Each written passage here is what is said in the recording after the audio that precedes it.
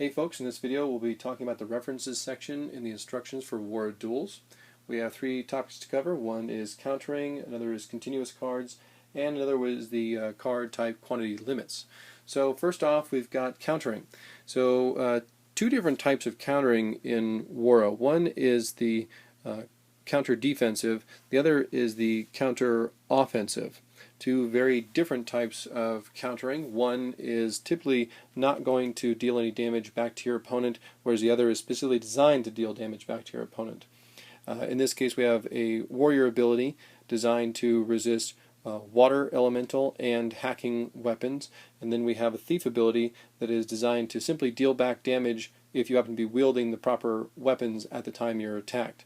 So counter defensive, counter offensive. Both used during your opponent's turn when they go to attack you. Very important to keep in mind. Then we have continuous cards. We went over continuous cards in the last video, and we saw this card here, Giant Strength. This is a continuous offensive ability, very good for dealing extra damage to your opponent. This takes up one of those 4 continuous slots across the top of your field, but I want to talk about how to actually put these out onto the field. During your action phase, you're going to have many options on what to do. If you choose to put out a continuous ability, there are a few caveats. If it's a continuous ability like this, an offensive ability, it would go out active. If you wanted to put out a continuous ability like this, for example, a trap, it would actually go out placed, which means it is face down, not active. So that's important to keep in mind for trap cards like this one here. It's placed. When it goes off, then it's activated and it goes into the discard pile.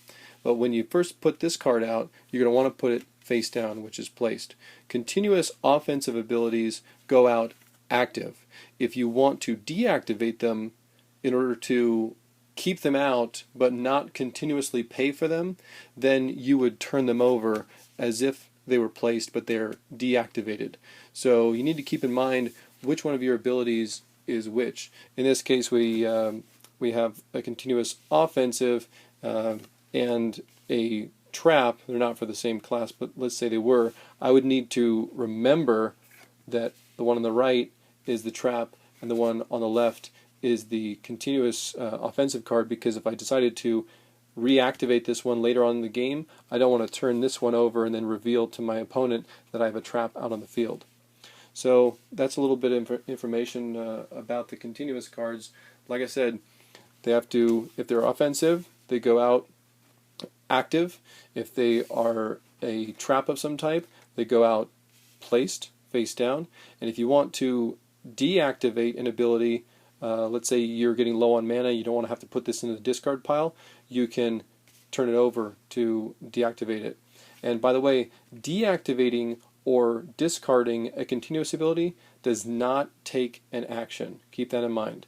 You do it during your action phase, but it doesn't take up your action phase. You basically choose, do I want to keep on paying for this, or do I want to discard it? Maybe I want to keep it out on the field for later use, but I want to deactivate it, therefore you would do that. But it does not take your action phase to do that. The last topic is on the card type quantity limits. We have a lot of different card types. Potions are one of them. You're limited to 10 potions total. This could be any combination of the different potions. I've got a couple potions here, a health potion and a mana potion. I could have 4 health potions and 6 mana potions, for example. Or I could have the reverse, 4 mana potions, 6 health potions. There's other potions to collect in the game, so you can stack those into your deck as well. Then we have our scrolls. You're limited to 12 scrolls total in your draw deck. There is a tome deck, which you can look up on the tome card pages that goes over how to actually use a tome deck. But if you're not using a tome, then you would have all of your scrolls in your draw deck with everything else, and the limit is 12.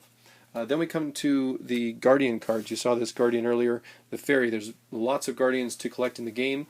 They're a nice freebie in most cases. They don't cost any mana, but they go out on the field and they do something for you. You're limited to one of each type, which means this is a fairy. You'll only be able to have one fairy in your draw deck. You cannot have 2, 3, 4 fairies, but you can have a fairy and a gnome, for example. But you're limited to one gnome, one fairy, and as you go through the game, you'll find more and more of these guardians, but only one of each title is allowed. Then we come to the jewelry. We have amulets, which you're limited to one amulet. This has to be on you on your field, basically represented as though you're wearing it at the beginning of the game. You don't put it into your draw deck to then put on. All equipment stays on the field. Items go into the draw deck.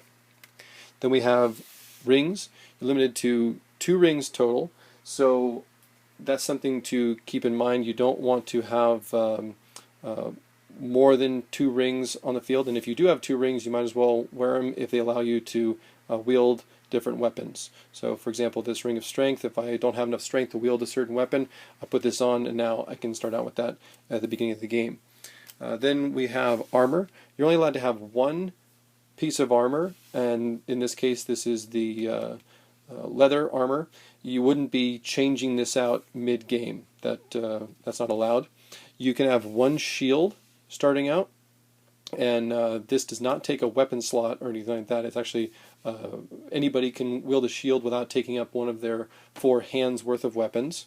And then you've got weapon cards, and like I just mentioned, you have 4 hands worth of weapons that you can wield. This means you can wield 4 one-handed weapons, 2 two-handed weapons, or a combination of 1 two-handed weapon and 2 one-handed weapons, if that makes any sense.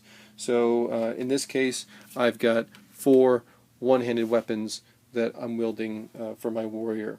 But if I was to maybe wield a bow, then I would be limited to a bow and 2 one-handed weapons.